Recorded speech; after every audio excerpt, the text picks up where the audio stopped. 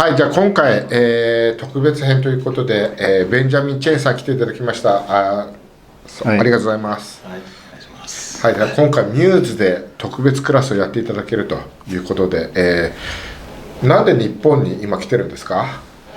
So what brought you to Japan? What brought you to Japan? So I love Japan very much, and I recently turned 60, and so I told my wife, I'm going to take some time. And so I decided I would go to Asia because I love Asia very much. And the first country I decided to go to was Taiwan. Right, so I wanted to go to Taiwan, see some of my family, some friends there, and also I wanted to go to Thailand and go to Bangkok. And I also know some gym owner there. So I decided, while I'm there, I also want to teach and give some seminar. Because I made a promise to Rickson that I would help spread his teaching to as many people as I could when I traveled. Okay. So that's my promise to him. Right. So when I was in Taipei, there is a gentleman that teaches at the Taipei BJJ, and he Makoto, right? Yes, and it was my second seminar there, and he offered to say, hey, if you're going to stop by Japan anytime, please let me know, and maybe can recommend, a place for you to share there. So that's how I got in touch with Kenya. Yeah, he introduced me. And it's funny because Chong, the guy one of my guys that I train with, we go to Rickson together, he remembers you at the Gracie Baja School in Encinitas, taking pictures from many years ago. Yeah, back in the time. Yeah. He said, oh yeah, I know Kenya. And I'm like, such a small world. Yeah. So the Jewish community is small. Friends is friends, right? Yes. So hence, I also decided I wanted to go to the World Fair. World Fair? Yeah, so the expo. So I went to Osaka first. Okay. And I went to the expo there. And then, I basically came back now through Tokyo. But how many days you stay in Japan? Just one day to go to the World Fair. Just one day? Yeah. In Osaka? No, 4 days in Osaka. 4 days? Yeah. But one day at World Fair. It was very busy. As you know, you went there. Yeah. Yeah, last week. Yeah, it was quite. Saturday. Yeah. というかもうこれをちょっともういや俺たちわかるけど見てる人たちわからないんで、はい、じゃあ要約しましょう。はい。Google 要約でちょっと頼みますよ。後藤要約いきます。はい。質問でしたね。質問は、なぜ日本に今回いらしたのですかという質問だったんですよね。まず彼がおっしゃったのが、私はアジア好きですと。はい。で今年60になるんですが、まず台湾に行きたかったんですよね。台湾に行って家族や友達に会おうと思いましたと。それで、タイにも行って、セミナーをしましたということですよね。で、ヒクソン先生と、ベン先生お約束があって、できる限り、ヒクソン先生の教えを、広めるという約束があるので、行くところで柔術を教えられる機会があれば、教えているということでしたよね。はい。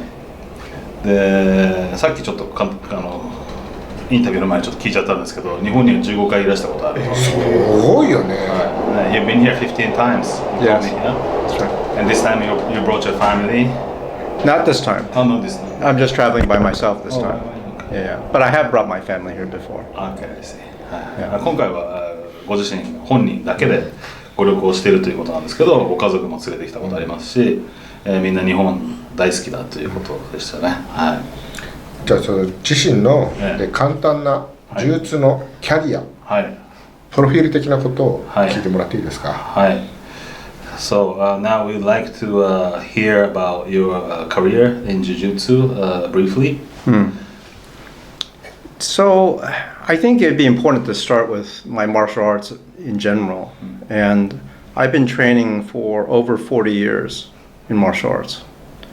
And my first martial art is Taekwondo. And I have a black belt in Taekwondo. And I did that for the first 10 years. And then I studied in depth Hapkido. and more of in close arm lock, those kinds of things, but all standing, right? So punching and kicking, maybe in my mind I feel pretty good about. But I always know there's this jiu-jitsu thing, right? UFC's come out, and in the back of my mind, I'm scared, right? So I always thinking, I'm scared this ground things. I know it's a problem. So one day, this is, I think when I was 46, 47, I make a decision to start training in jiu-jitsu. And there is a school, a Gracie school, that was, not too far. But I saw all the time I drive car. Which Gracie Humida? In San Diego or? In Carlsbad. Carlsbad. It's North County, North County. right? サンディエゴの北の方のところですね。はい。 And there were Who is your first teacher? the 5th degree black belt. His name is Nick Steffen. Nick Stephen. Yes. And so I started learning from Nick, and I got my black belt from Nick. And in the beginning was quite terrible. You use so much energy, try to fight everything, and getting smashed every day, and you just feel is just horrible, right? And I already, in my mind, already kind of mentally prepared it's going to be horrible, right? Because I already have a couple other types of horrible before, right? Different kinds of things. So I still push to keep trying. And, eventually get better, right? Not so bad. You maybe protect yourself more, learn not to push so hard. But it's still pretty bad. And I think, for the first, 2.5 years is quite awful. It's very tough. Because, I don't know, all gyms this way, but where I'm training, there is a military base close by, Camp Pendleton. So there are many young guys, often in their 20s. They're, kind of Marines, have something to prove. So they show up in your class. Maybe we also have a lot of those first responder, whether the fire department, police officer. So you have this mix. And then you have some older guys, right? These 30, 40 guys. And then there's people like me. Only a handful of the super, older guys, right? And so it's challenging. And I think today's mentality is still a little different. It changed in the time that I've been training. Now today when I teach, I don't want to apply all this pressure early on. I want the student to learn some techniques, some basic principles, right? I'm not the same proponent of just constantly pressure cooker. I don't feel that that's as beneficial. My journey was through that pressure cooker process. I feel like I'm one of the last part of that generation of super pressure cooker. That's how I feel. はい、じゃあ Google 要約で。はい。まず格闘技のそうですね、ご自身の経歴を聞いたんですよね。最初に、していたのがテコンドーを、10代の頃ですよね。初めて、テコンドーの黒帯持ってますね。ブラックベルト in テコンドー。And then それからハプキドーをしたんですね。ハプキドーは少し joint blocks 出るベルトで、but no ground. No ground. Very little. Very, very little. ハプキドーでは少しその関節技やったんですけど、寝技はもうほとんどなくて、でそのうちに UFC が、スタートして、でご自身の頭の奥底で、なんかすごいの来たぞでもグラウンドって怖いなみたいな少しそういうのがあったんですよね。でその中で、最終的にご自身が46、47歳ぐらいの時によしじゃあやってみようとグレイシー生まれたサンディエゴのカールスバッドにある道場に入門したと、はい、よくその道場の前は通ってあることは知っていたんですが始めたのがその46歳7歳の頃でしたと。で、練習の内容は、とてもハードだったって2年半ぐらいは特にハードだったって言ってましたよね。日本語で言うとボコられてみたいなね潰されてでそのクラスに来る人たちも近くにあったその、ミリタリーのベースの人たちだったので若くて強くて、ね、勢いのある人たちあとは消防士とか警察官とかもうそのフィジカルが強い職業についてる人たちが多かったのとでほんの少しだけご自身ぐらいの年齢40代とか30代の人たちが いらっしゃったということですよね。で多分そのベン先生の世代が一番最後のその潰されて潰されて強くなっていくみたいなそういう練習方法で育ってきたっていうことをおっしゃってましたね。はい、その先はじゃあ多分最後の方だと思うんですね。多分今の人たちだとそういうふうにはさせたくないってことで、でなんかその原理とかっていうのをまあ中心に教えてあげっていう感じだと思います。ああそうですね。最近は。そうそうでご自身が教えるときはそういうボコって教えるっていうよりは優しく手ほどきをしていくっていうスタイルになっているってことですよね。はい。でその始める当初って、要は競技柔術的なことを練習したの。So his question is, when you started training at the Maita in Carlsbad, Yes. What was the training like? Was the training for competition, or was the training for more for like self-defense, or more principle training? Or what was it like? You know, I think we were at that time very focused on the competition kind of thinking, and also with some self-defense. And your teacher was his name again? Nick Steffen. Nick Steffen. Yes, yes. Now he 5th degree. Yes, yes. So Nick Steffen 先生、今5段の先生ですよね。でそこでまあ基本的には競技柔術中心にやって少しセルフディフェンスがあった。Yeah, Nick had trained, I think, with Hickson to like a blue belt, and then he trained under the Hoyler, and then also Hegan. That's his lineage. そのニック先生は青帯までヒクソン先生と練習してその後はホイラー先生あとはヒーガン先生と練習して黒帯になったっていう方なんですね。じゃあそのいつぐらいからホイラーとかヒクソンとかその要は競技柔術じゃない方に移って興味が移っていったのはいつぐらいですか？ So when was your transition to more of a self-defense? I mean, Hickson kind of thinking from the competition jiu-jitsu. So I've been training for about 13 years now, and I think probably halfway through the process, maybe a little bit over six years, I started learning more techniques and thinking of Hickson type of training.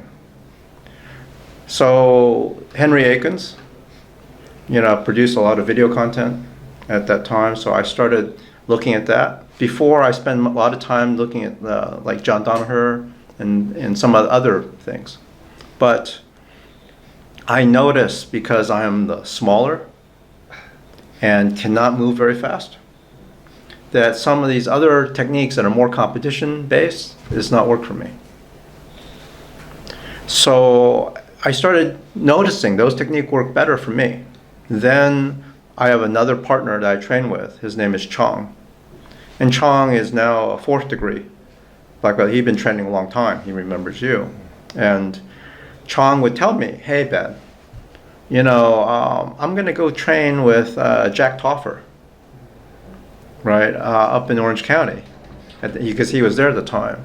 And You know, he's one of Dave Kama's guys. Dave Kama. Yeah, Another Dave Kama. Yeah. So I had some lesson with Jack, and I just like, you know, my mind just blown away. Wow. Right? You know, like when did you learn that? Like, why didn't I learn that? And so then I started understanding these are all people under Rickson. So then I take more lessons with Jack. Then Chong and we also take lesson with Dave. And then I start realizing there are other people. So we start trying to find other black belt from Rickson to train. Right?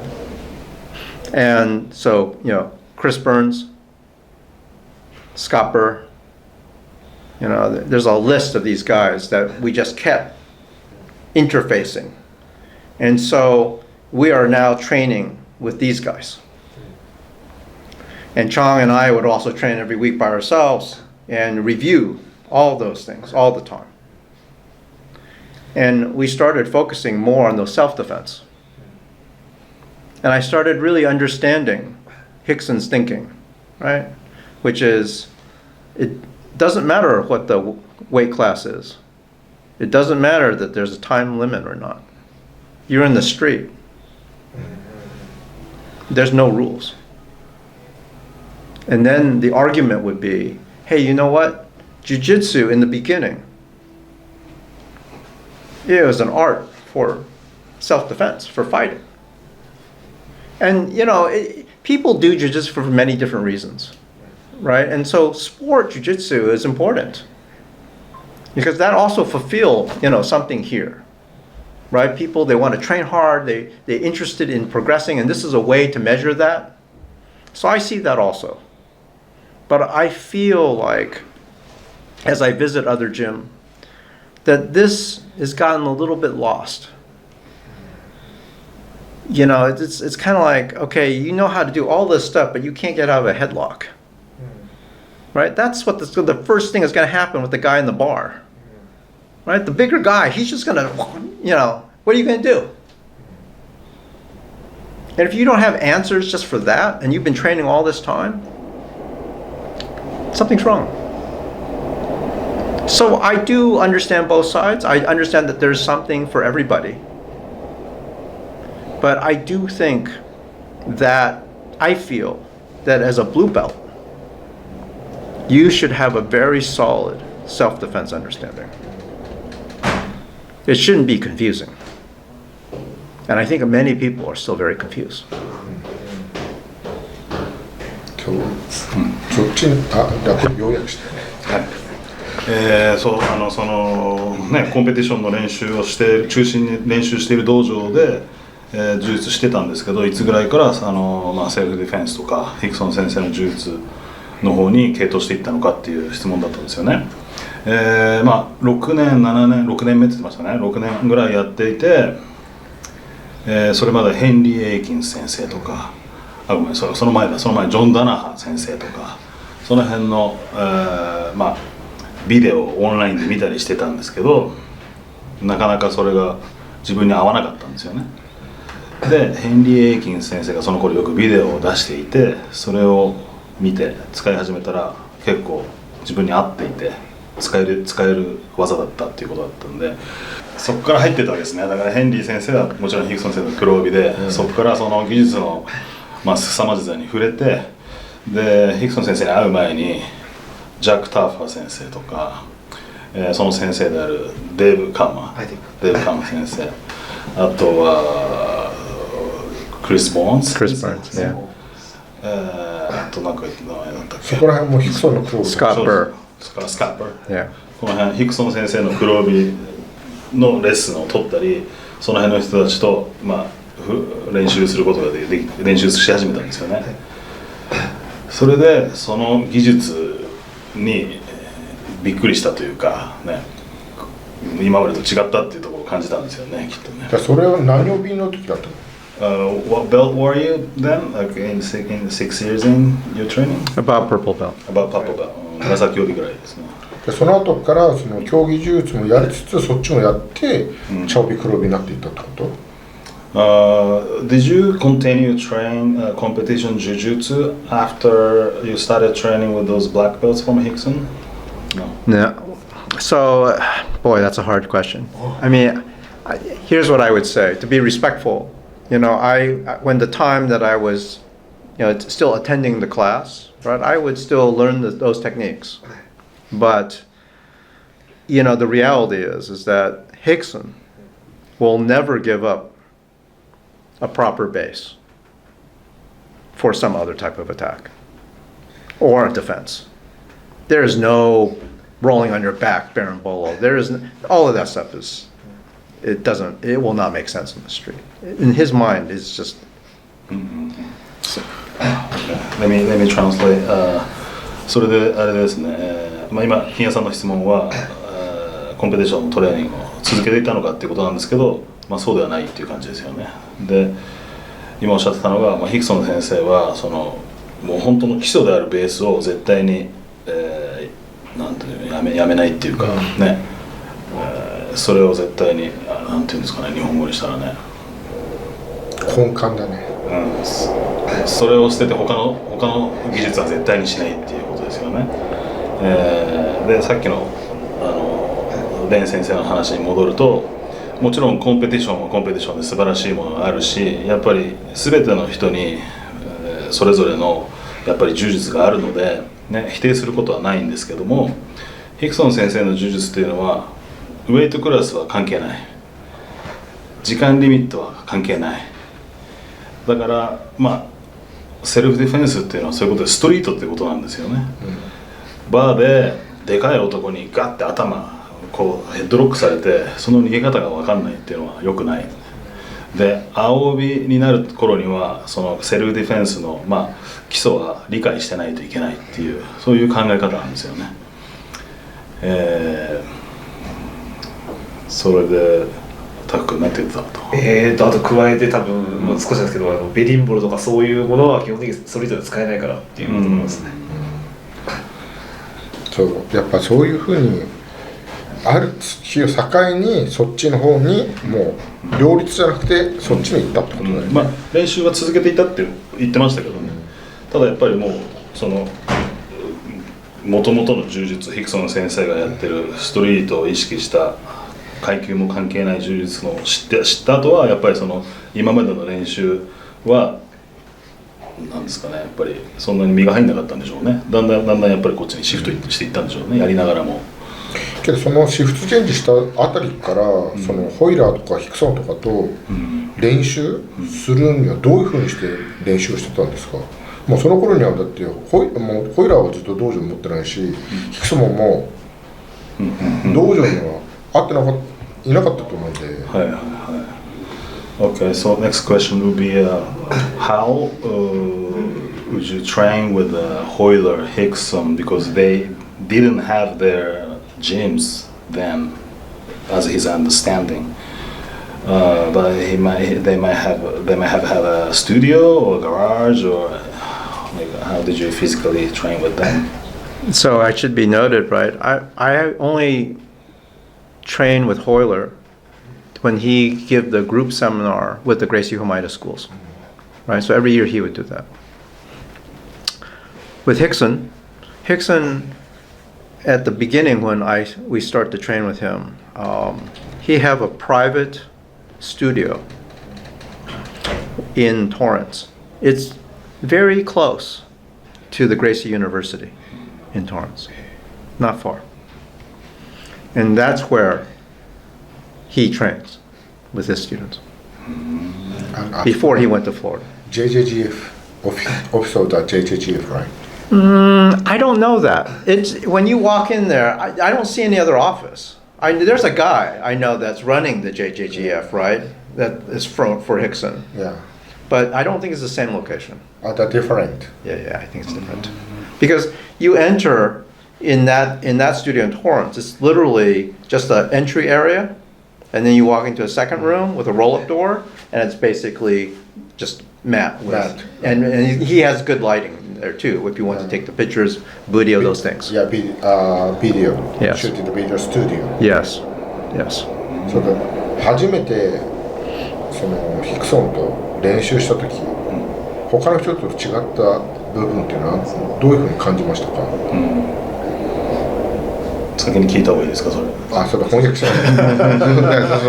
そうそう、ホイラー先生がグレイシーマイターのスクールを回るんですよね、毎年セミナーで。その時にグループレッスンで、練習させてもらったと。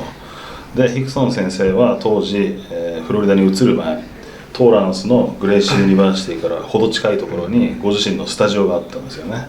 でそこは JJGF のオフィスとは多分違った場所で、まあ確かではないですけど、入ってすぐ1つ目の部屋で、2つ目の部屋はもうすぐにマットスペースがあって、いい照明があって、写真とかビデオも撮れるようになっていたっていう。でそこでヒクソン先生と練習してたってことですよね。 LA のトーランスですよね。はい、そう JJGF のオフィスは確かねガーデナだったんだよね。あ、じゃあちょっと近いんだよね。近いは近いですけど、トーランスは隣じゃんか。そうですね。でごめんなさい、何でしたっけ、質問。でその初めてヒクソンと、練習した時に、他の人と何が違ったのか。そうですね。What was the difference what was the difference you found when you started training with Hickson? Biggest difference?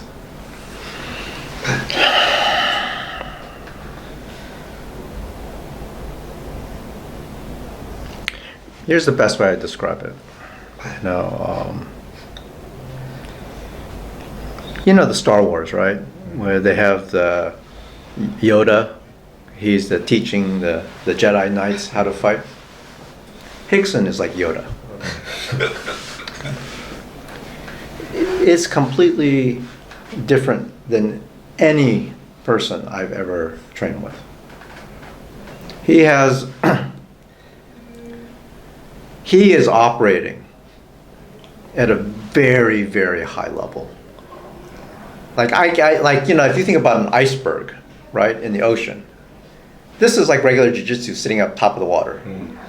But the jiu-jitsu he knows, it goes all the way down here. And he can't even teach you this. He can only teach you a little bit, just maybe below the water.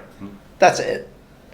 Like his understanding is so deep. So it's I can tell, right? It can be difficult for him to teach someone else. Because they have to already know so much to even receive the information he's going to give you. So, like I said earlier, in the first time we met him, I almost felt it was like a test. Show me this, show me that. All right, and I'm fighting with my partner. And I'm just hoping I'm doing a good enough job. And then he would do other things. He would say, okay, now you guys roll. Let me see how you roll. And then he would just make some small changes. But I've never had a martial arts instructor start the first lesson with just about breathing. Just breathing, right? He takes out 2 balloons. He has you blow into the balloon, and then he has you take a bigger breath, blow into the balloon again, have a seat. You can see, 2 different things. That's that, yes. Right? And the thinking about the breathing, the thinking about the mindset, we don't normally teach that in a class, right? It's almost too boring, right? These guys came in to crush somebody, and now you want to sit down and kind of meditate. What's that? But that's a huge part of staying alive, right? You have to be able to breathe. So everything's very different.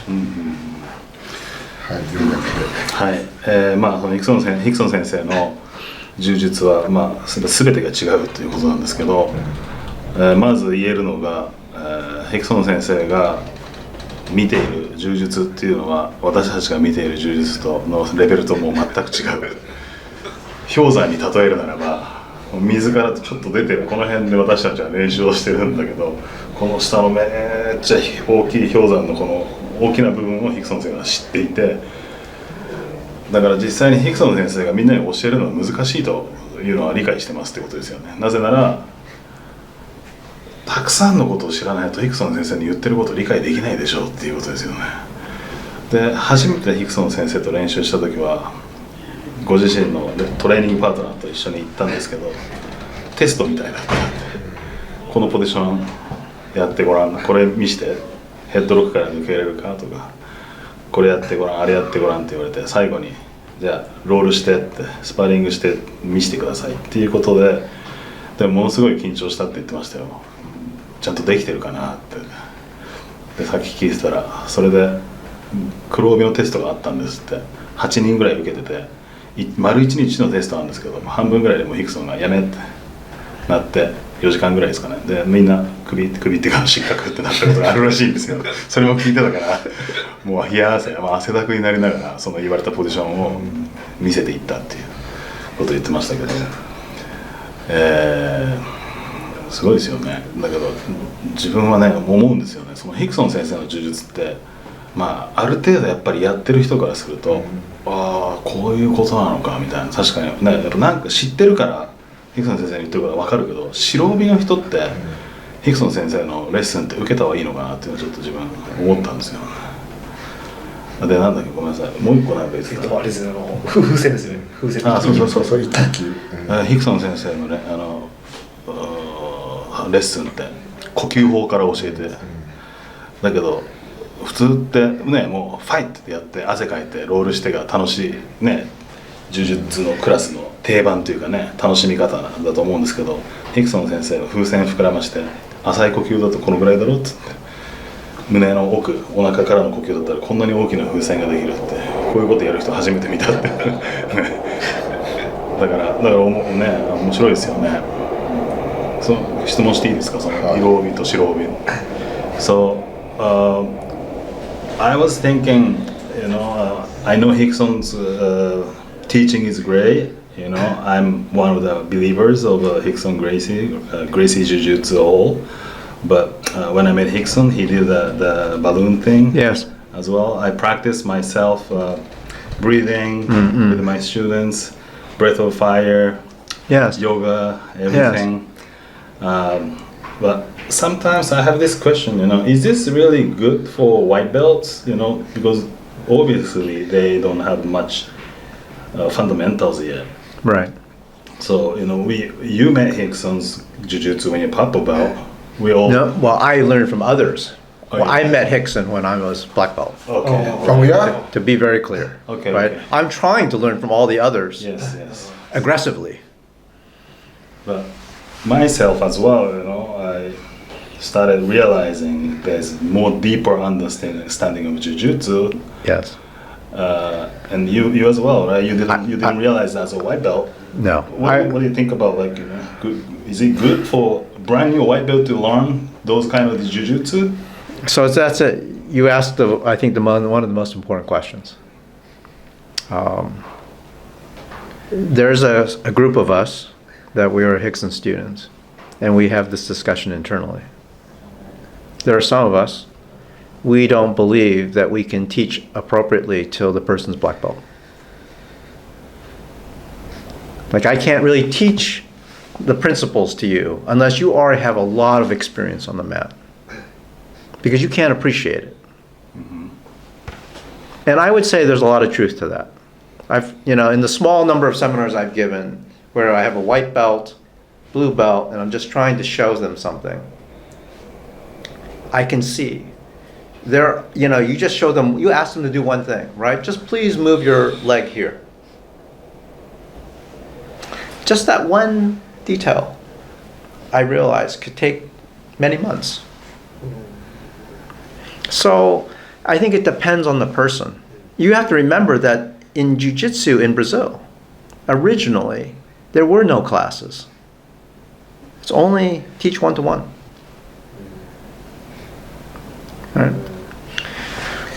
I selfishly want to believe that in a class format, I can still effectively transmit some information.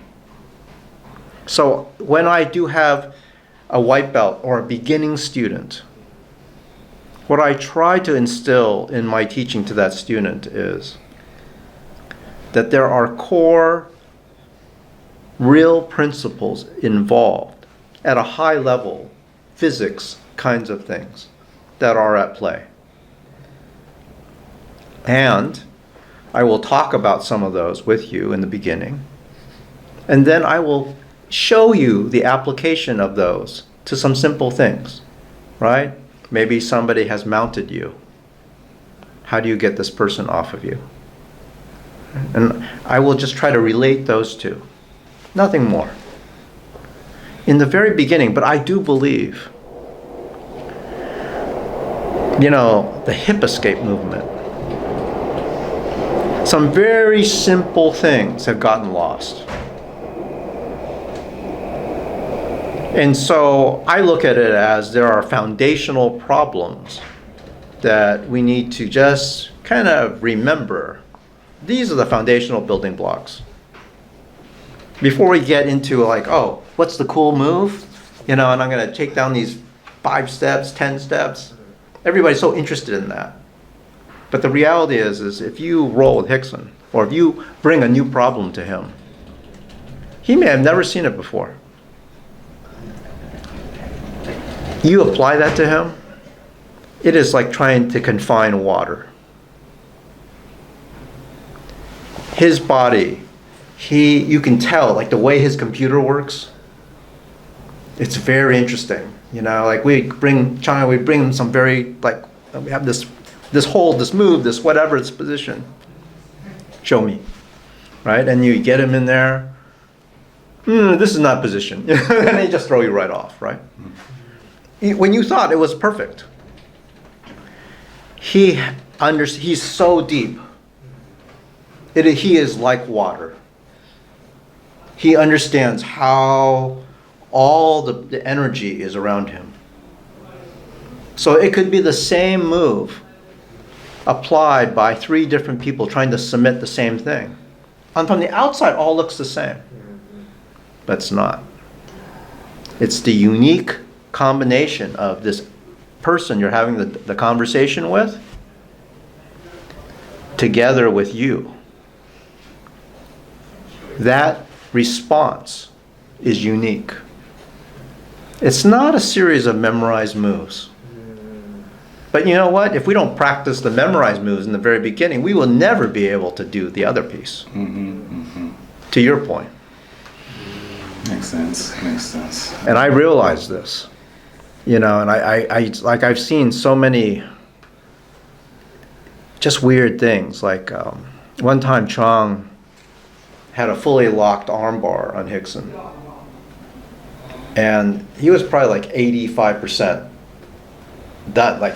We were trying some new things that were, at angles, heavy weight, we're back, really going at it. And I just was standing there, and Chong was almost finishing the armbar, it's literally almost completed.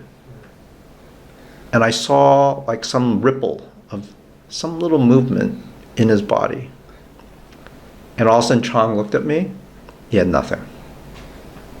It was over. And I thought, he must understand how to connect all of his little muscles inside the body to stop the arm. I mean, he did something that was impossible. And I kind of realized there's a whole nother level.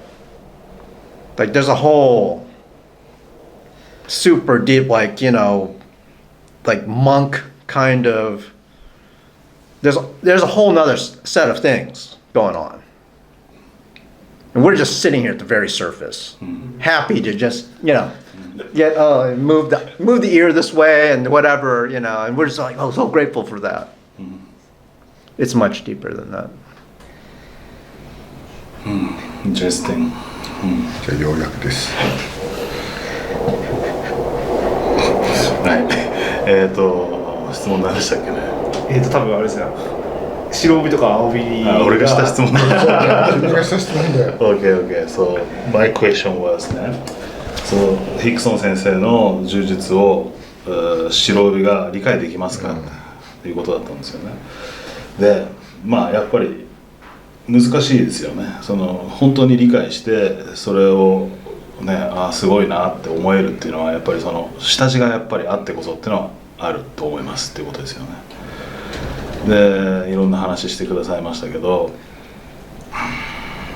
一つ目はちょっと多分なんですけど、おそらく普通の先生を教える時っていうのは多分手順とかが中心になるっていう。でもヒクソン先生のやつはもう見た目がもう同じなんだけどみたいな、中身が全然違うっていう。そのぐらい違うのと、であれですよね、チャンさんって多分パートナーの人は多分あれですよ、腕十字をかけたんですよね、かけてもうほとんど決まってる状態なんだけども、もうヒクソンはもうそこからもう普通に脱出したとか、ちょっとした動きで、ちょっとした、もう腕十字が抜けちゃうみたいな、でベン先生が思ったのは、もうヒクソン先生は体中の全ての筋肉の動きをコントロールできて全く違うレベルのことをしているんですね。で、ご自身はね、クラスでもそれを教えられると思いますって。教え方としてはまず原理原則を、物理みたいなもんですよね。この手を持って、ね、相手の右手を持ってそっち側にブリッジすれば相手はその手つけないからひっくり返せるでしょみたいな、それをもう本当にシンプルにそういうことを教えて、それを実際に技でこうやって使ってますっていうのを見せて、でクラスで教えるってことは白から、黒までいるとしていろんな人にそれで教えていけるとご自身は思ってますが、本来のグレイシー柔術っていうのはもともとは1対1で教えてたものなので、ね、それをやっぱり忘れてはいけませんよねってことですよね。やっぱりそれだけ深いものだし、簡単にできないってことですよね。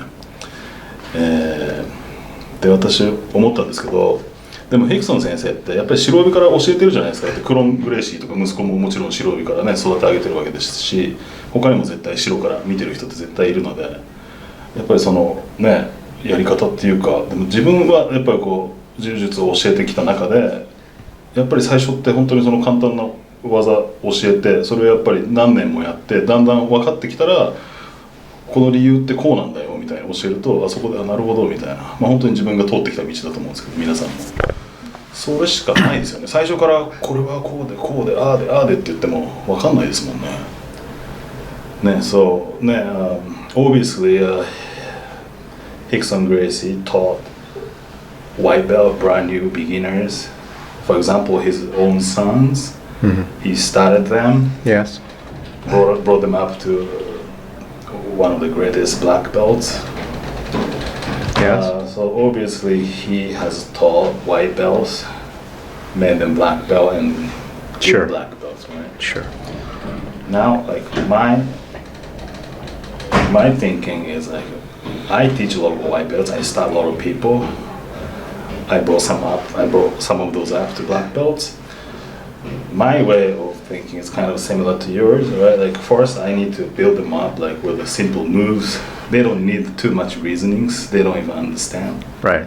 It takes years for them to appreciate the deeper understanding jiu-jitsu, which might not be still not as deep, but you know what I mean? Yes.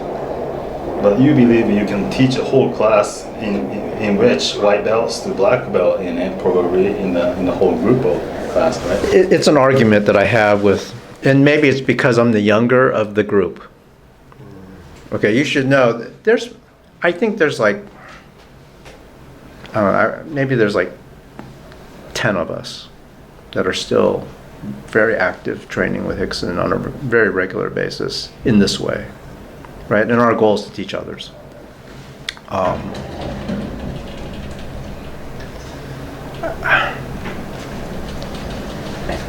Like in my mind, like a college professor, I still believe it's valuable to show a student that this is the principle, right, that we're going to talk about. And then go to some really basic parts, but I don't want to miss the part that the principle exists. So I try to teach with a principle focus. But then again, I don't know because I don't have the history, right, of how many of my students that I influenced was able to remember the principle to apply in a life or death situation. Right? Because you could argue that we have been given the responsibility to show somebody something, and if that young woman can't escape the thing, right, maybe I'm the cause of that because I gave some false confidence to that person. Oh, we're just going to show you, oh yeah, move this, do that, and you survive. No. So I do feel like the responsibility we have is different. Right? If I give you a false sense of confidence for doing something, right? Not sport, but for some notion of self-defense, that could end very badly.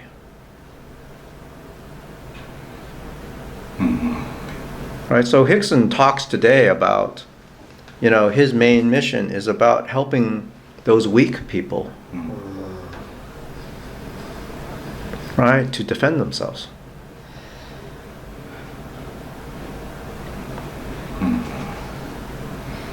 That is the contribution that we should be really focused on. Okay. 弱者のための柔術ですよ。そうですね。本当に力の弱い女性でも悪い状況から抜け出せるような柔術を教えなければいけないと。それもヒクソン先生の教えだと。じゃあ要約してください。まあ本当学校の先生みたいな気持ちでねいらっしゃって、やっぱりその原理原則これをやっぱり教えないわけにはいかないですよね。動きのね1つ目の手順2つ目3つ目って教えるだけではなくて、やっぱりそこに根底にある原理原則はやっぱり教える必要がありますと。でご自身はそのグループの中でも、ヒクソン先生のその下にいる黒帯の先生たちの中でもまだ新しい方だと。で今10人ぐらい実際にまだその練習しながらその柔術を伝えていくっていうミッションを持った人たちが10人ぐらいいらっしゃって、その人たちのミッションはやっぱりその弱者のための柔術だと、セルフディフェンスだと、そういうことをおっしゃってましたよね。いろんなことをねおっしゃってて面白いですけどね、本当ヒクソン先生にはそのなんかもうオーラがあるっていうか、もう周りのエネルギーを感じてる力があるとかね、もう本当に修行僧のみたいだとかね、そういうなんか感謝があるんでしょうね、インプレッションがね。じゃあもう時間なんで最後の締めです。はい、締めのお言葉をいただきます。Okay, so it's about time for us to finish up here, unfortunately. So we like to have last comments from you to everybody in Japan about anything. I think the way I look at jiu-jitsu, Brazilian jiu-jitsu, Gracie jiu-jitsu, is that I feel it is kind of if I compare it to software, it is the open source of martial arts. For many years, I would train under one master, right? And you're not supposed to go anywhere else, right? But the way jiu-jitsu is in the world, it's kind of like you can go anywhere, drop in anywhere. You have a move that works? Show me. Right? Let's see if it works. Right? It's kind of a revolution. Right?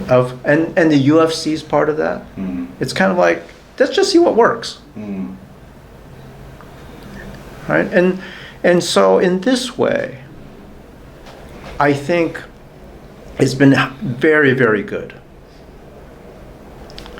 I do think that it's important to really understand that I think that the self-defense focus, I feel has gotten a little bit pushed aside a little bit because we're really excited about getting this medal over here. And it's very interesting, right? If you think about it, the way that gyms have been set up, what happened, right?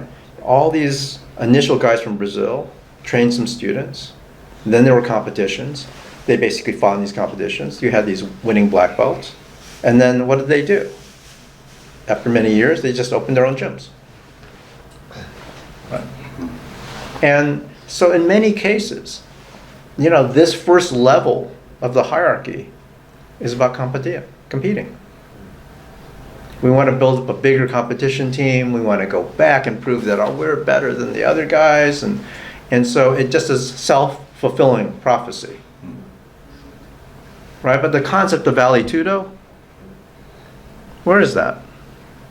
UFC's not doing that anymore. You don't fight multiple fights in the UFC, like in the original. Right? You don't fight absolutes in the UFC with weird weight classes. Definitely, it's more sports-like now. Yeah, there are all these rules. So it's good and bad. And I just think that it's really important that there's a kind of a back to basics thinking. Like I said, I believe as a blue belt, you should have a pretty good understanding of the physics of what's going on in a self-defense scenario. And I think with that, even though you don't know the techniques, at least you have an idea. Okay, I don't want to be close to you, right? Or if I'm going to be close, I got to be really close, right? Or if I'm going to do that, I got to apply weight. These are just like basic things, but people don't do them. And especially for like a woman in self-defense, when you're teaching a self-defense course, it might be the first time that individual has ever been this close to another person. Ever. So no wonder, they're being attacked. They just freeze, do nothing. That's unbelievable. Right? We spend thousands of rolls, right? Being next to another guy is not a problem. But for many people, it's their first time. So my message is that I think it's a great time to have an open sport, an open set of knowledge that's available to people. And I do think that self-defense is important. I do recognize that many people are doing jiu-jitsu for different reasons. Some of us like the brotherhood. Some of us have maybe some depression that we're going through. Some of us need a break from work. Some of us want to be more physically fit. There are many reasons. And so jiu-jitsu is for all. But I think it's really important to remember, self-defense is a thing.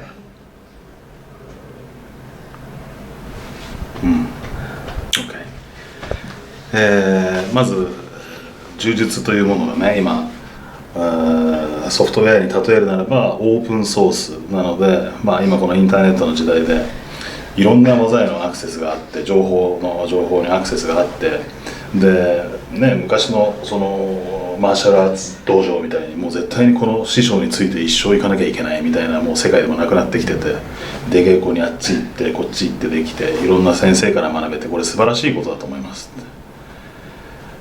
で考えてみればブラジルから柔術広めるために、アメリカにたくさんの先生移住して90年代とかですよね。コンペティションで勝ってメダルで、その生徒たちが勝ってメダル、その人たちが道場を開けて、で自分のチームコンペティションで強いぞとかね、やっぱりメダル取れば目立ちますしね、強いコンペティションチームがあればそこに生徒が集まるっていうことで、やっぱりそういう競争がありましたし、今でもそういうことになってますけど、それはそれでいいと思います。柔術はね、全ての人に何かを与えますから、いろんな理由で柔術やってる人がもちろんいるのでいいと思いますが、本当にその弱い人たちが使える技術っていうのを伝えていかなければいけないと思ってます。柔術のジムで何十時間も何百時間も練習している人たちはいきなりセルフディフェンスのシチュエーションになっても人と組み合って練習してるから多少はできたりするかもしれませんけど、本当に何も知らない人たちに教えられる柔術っていうのはやっぱり大事だと思います。で UFC ももちろんそのオープンソースになった一つの要因にはなってるんですけど、結局そのスポーツに全部なってしまっていて、バーリトゥードバーリトゥードっていう側面がすごくもうないですよねって薄れてしまって、それはやっぱりその時間無制限体重なしとか、もうその状況で勝てる原理原則を知ってそれを実際に使えるっていう、それがやっぱり柔術の起源でしたし、それをやっぱり忘れてはいけないっていうお話ですよね、なので、ね、柔術は本当に全ての人にいろんな理由で柔術やってる人がいるのでいいんですけど、やっぱりそのセルフディフェンスっていうのはもうその根源にあったもので、それは必ずねやっぱり大事にしなければいけないっていうことですよね、ありがとうございました。はい。ありがとうございました。Thank you.